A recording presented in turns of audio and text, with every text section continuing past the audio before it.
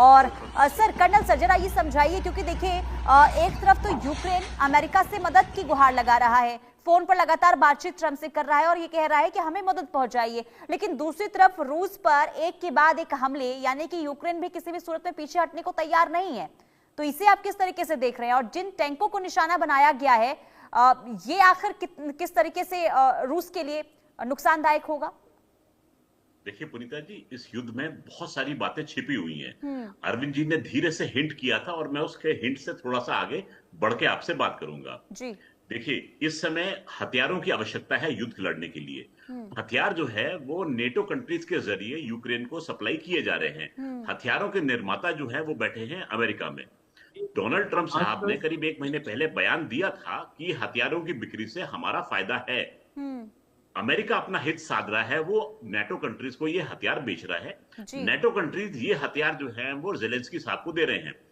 पुनीता जी, मेरे सोर्सेज मुझे ये भी बताते हैं कि जेलेंस्की साहब का व्यक्तिगत लाभ भी हुआ है इन हथियारों की खरीद फरोख्त में। और मैं अपना बयान इतना कह के यहाँ पर रोक दूंगा। इसका अगर कोई खंडन करना चाहे तो खंडन कर सकता है, परंतु ये बात मेरे पुष्ट सोर्सेज बता रहे हैं मुझे। अब ये हथियार जो है इस्तेमाल होते हैं रूस के खिलाफ। आपने जिक्र किया 2 टैंकों का, T-62M और T-72।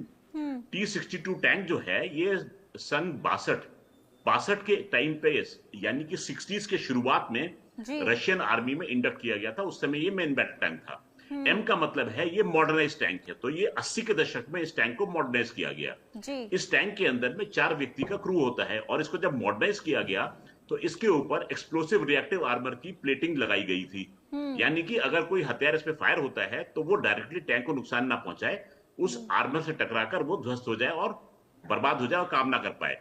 इसके बाद में T-72 की बारी आती है। T-72 में एक फेरबदल ये किया गया कि इसमें हथियारों की लोडिंग ऑटोमेटिक होती है तोप में। तो इसमें एक क्रू मेंबर कम कर दिया गया, 3 आदमियों का क्रू होता है इसके अंदर, और ऑटोमेटिक एम्यूनिशन जो होता है मेन गन का लोड होता है और फिर ये टैंक फायर करता है। तो फायरिंग कैपेबिलिटी जो है वो T-72 की बढ़ जाती है और एक आदमी उसमें से कम किया जाता है। तो ये दोनों टैंकों में फर्क है। T-72 जो है एक मेन बैटल टैंक के रूप में कई देशों में इस्तेमाल इस समय भी किया जा रहा है। अभी की तारीख में काफी मॉडर्न टैंक्स में इसकी गिनती होती है। हालांकि रूस T-90 टैंक भी उतार चुका है मार्केट में और हमारे पास भी T-90 टैंक्स इस समय मौजूद है। जी पुनीता जी। ठीक है, लेकिन